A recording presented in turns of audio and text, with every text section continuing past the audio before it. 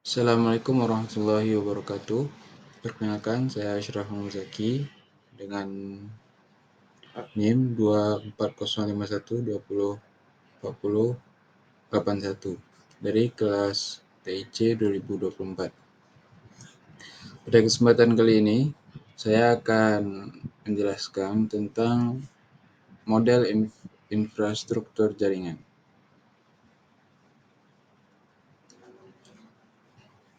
Jaringan komputer adalah sebuah kumpulan komputer dan peralatan lainnya yang terhubung dalam satu kesatuan.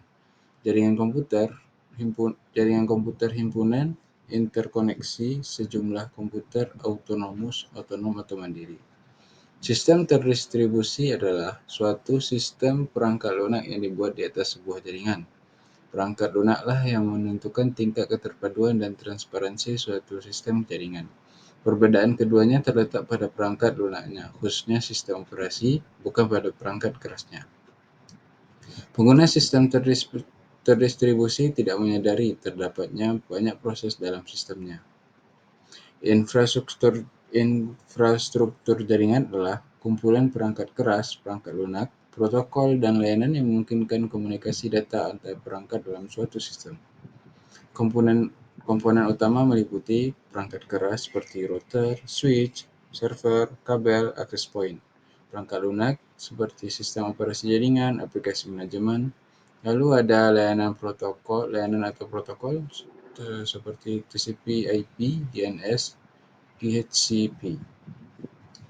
Infrastruktur jaringan sangat penting dalam mendukung aktivitas manusia modern, seperti perbankan, pendidikan, hiburan, hingga komunikasi global.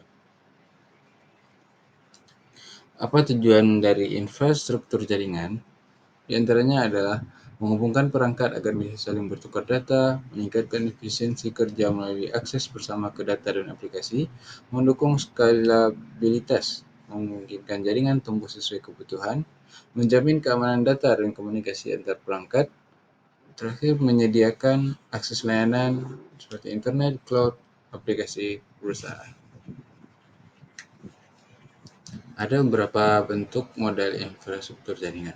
Yang pertama adalah client server, yang mana ia adalah model di mana server bertindak sebagai pusat penyedia layanan, sedangkan klien mengakses layanan tersebut. Cara kerjanya gimana? Itu klien mengirim permintaan, lalu server memproses permintaan klien, lalu hasilnya akan dikirim kembali kepada klien. Contoh penggunaannya seperti website, browser seperti klien, website, yang mana browser sebagai klien, web server sebagai server. Lalu ada email, Outlook atau Gmail klien kepada mail server. Kelebihannya adalah mudah dikelola dan keamanannya lebih terpusat. Kekurangannya, jika server bermasalah, semua klien terdampak. Lalu ada jenis kedua yaitu peer-to-peer atau dikenal dengan P2P, yang mana ia adalah semua perangkat dalam jaringan memiliki kedudukan setara. Cara kerjanya bagaimana? Yaitu setiap perangkat bisa menjadi klien sekaligus server. Tidak ada pusat kendali tunggal. Contoh penggunaannya seperti apa? Seperti file sharing atau disebut dengan torrent. Lalu ada multiplayer game LAN. Kelebihannya adalah hemat biaya dan fleksibel. Kekurangannya apa? Sulit dikelola dan rawan masalah keamanan. Yang ketiga ada cloud infrastructure, yang mana infrastruktur jaringan berbasis layanan internet. Komponen utamanya adalah LEES, yaitu infrastruktur IaaS, yaitu infrastruktur as a service, yang artinya penyewaan server atau PM. Lalu ada platform as a service, yang mana penyewaan platform untuk develop aplikasi. Lalu ada software as a service, yang mana aplikasi siap pakai berbasis cloud. Contohnya ada Google Drive, Dropbox, Amazon Web Service, lalu ada Microsoft Azure, dan lain-lain. Kelebihannya apa? Sangat fleksibel, bisa diakses dari mana saja, biaya sesuai pemakaian. Kekurangannya tergantung koneksi internet, dan ada isu keamanan data. Lalu jenis keempat adalah hybrid, yang definisinya adalah gabungan antara infrastruktur tradisional on-premise dengan cloud. Karakteristiknya seperti apa? Data sensitif disimpan di server lokal, data umum atau aplikasi disimpan di cloud. Contoh penggunaannya, perusahaan yang tetap punya server internal tapi juga menggunakan layanan cloud untuk backup. Kelebihannya apa? Fleksibilitasnya tinggi, bisa memilih mana yang dikelola sendiri dan mana yang diserahkan ke cloud. Kekurangannya kompleks dalam pengaturan, biaya implementasinya bisa lebih tinggi. Nah, di antara empat model ini bisa dibandingkan nih, apa aja keuntungan apa saja perbedaannya. Nah, di sini kita lihat client server, kelebihannya mudah dikelola, keamanan terpusat, uh, kekurangannya ketergantungan pada server, lalu contohnya ada website, email, peer-to-peer, hemat biaya, kelebihannya hemat biaya, fleksibel, kekurangannya apa? Sulit dikelola, rawan keamanan. Lalu contohnya torrent atau lalu ada LAN game. Lalu yang ketiga cloud, modelnya scalable, fleksibel, biaya sesuai kebutuhan. Kekurangannya butuh internet stabil, isu keamanan data. Contohnya Google Drive dan AWS. Lalu jenis keempat ada hybrid, yang kelebihannya kombinasi terbaik di lokal dan cloud. Kekurangannya kompleks dan biaya tinggi. Contohnya ada di perusahaan besar. Jaringan komputer dan jaringan terdistribusi. Nah, di sini ada terlihat bagaimana bentuk perbedaan jaringan komputer dan jaringan terdistribusi. Di jaringan komputer itu cuma ada satu server yang itu digunakan oleh banyak user. Tapi di jaringan terdistribusi ada beberapa server yang mana yang berpengaruh, yang akan mengakibatkan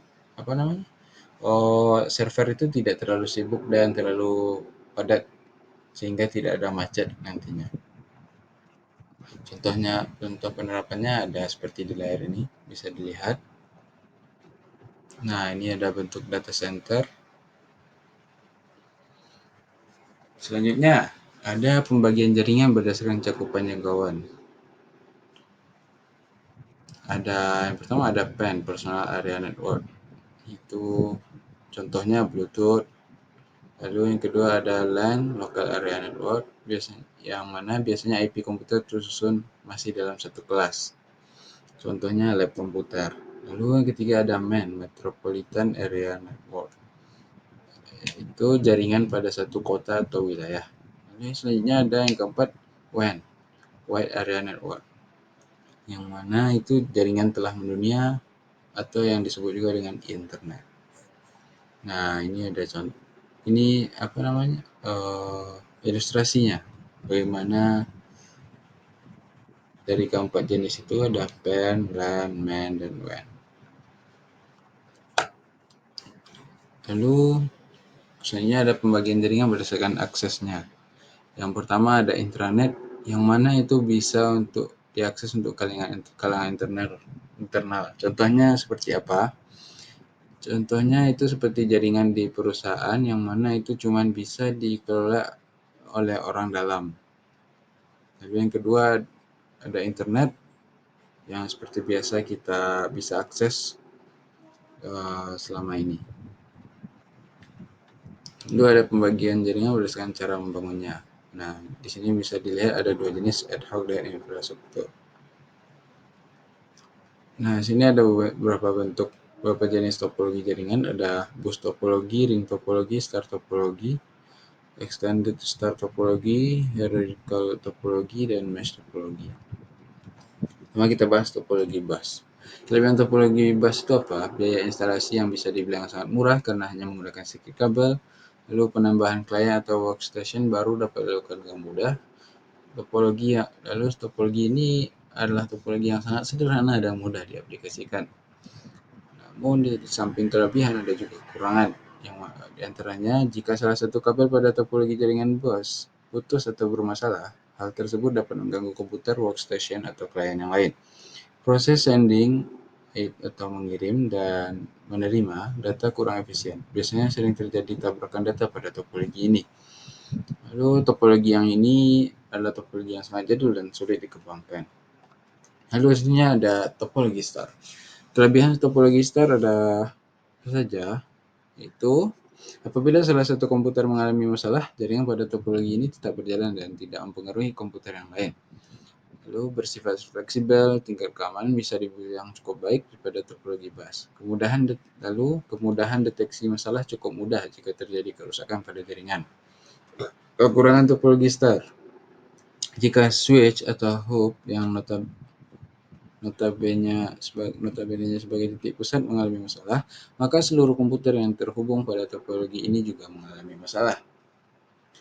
Cukup membutuhkan banyak kabel, jadi biaya yang dikeluarkan bisa dibilang cukup mahal. 3. Jaringan sangat tergantung pada terminal pusat. Yang ketiga adalah topologi ring. Ada kelebihan topologi ring. Itu pertama, memiliki performa yang lebih baik daripada topologi bus. Kedua, mudah diimplementasikan. Ketiga, konfigurasi ulang dan instalasi perangkat baru bisa dibilang cukup mudah. 4. Biaya instalasinya cukup murah. Kekurangannya apa saja? Yang pertama, ada kinerja komunikasi dalam topologi ini dinilai dari jumlah atau banyaknya titik atau node. Kedua, troubleshooting bisa dibilang cukup rumit. Ketiga, jika salah satu koneksi putus, maka koneksi yang lain juga ikut putus. 4. Pada topologi ini biasanya terjadi collision atau tabrakan data. Lalu kita bahas topologi mesh. Apa kelebihan topologi mesh? Yang pertama, jalur pengiriman data yang digunakan sangat banyak, jadi tidak perlu khawatir akan adanya tabrakan data. Kedua, besar bandwidth yang cukup lebar. Ketiga, keamanan pada topologi ini bisa dibilang sangat baik. Kekurangannya apa saja? Yang pertama, ada proses instalasi jaringan pada topologi ini sangatlah rumit. Yang kedua, membutuhkan banyak kabel. Yang ketiga, memakan biaya instalasi yang sangat mahal dikarenakan membutuhkan banyak kabel. Lalu, jaringan juga bisa dibagi tergantung dengan penggunaan kabel. Ada jaringan berkabel yaitu disebut dengan wired network dan jaringan nirkabel wireless network. Bisa dilihat di sini bagaimana perbedaannya. Yang satu pakai sinyal, yang satu masih pakai kabel.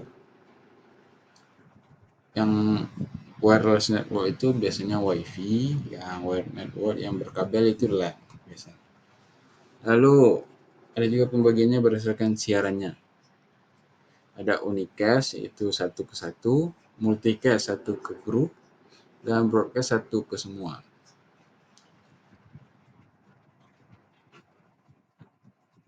Nah, di sini ada beberapa studi kasus tentang data center global. Pertama, Google. Google membangun data centernya dengan model jaringan terdistribusi yang tersebar di seluruh dunia. Infrastruktur ini berjalan pada skala WAN dengan backbone fiber optik serta menggunakan pendekatan mirip topologi mesh agar setiap data center saling terhubung dengan jalur alternatif. Teknologi seperti SDN dan Kubernetes mendukung pengelolaan server dalam jumlah besar. Lalu ada YouTube, yang mana YouTube memanfaatkan Content Delivery Network (CDN) untuk mendistribusikan video ke server terdekat pengguna. Dengan cara ini, video tidak hanya diakses dari server pusat, tetapi tersebar secara global. Mekanismenya dapat dianalogikan dengan multicast, di mana satu sumber data dapat diakses oleh banyak pengguna sekaligus. Lalu ketiga ada Facebook. Facebook atau Meta menggabungkan konsep hybrid dan distributed infrastruktur melalui pembangunan data center besar di berbagai negara. Untuk efisiensi, mereka mengembangkan Open Compute Project atau OCP yang menghasilkan server hemat energi. Konektivitas antar data center menyerupai topologi mesh sehingga jaringan tetap andal meski terjadi gangguan di salah satu jalur. Lalu yang keempat ada Huawei. Di mana Huawei menggunakan pendekatan hybrid cloud yang terintegrasi dengan jaringan 5G. Infrastruktur mereka menggabungkan wired network berupa backbone fiber optik dengan wireless network melalui base station 5G. Selain itu, Huawei juga menggunakan AI-driven data center untuk mengoptimalkan lalu lintas data dan efisiensi energi. Mungkin sekian dari saya. Saya Ashraf Hamzaki. Mengucapkan terima kasih. Assalamualaikum warahmatullahi wabarakatuh.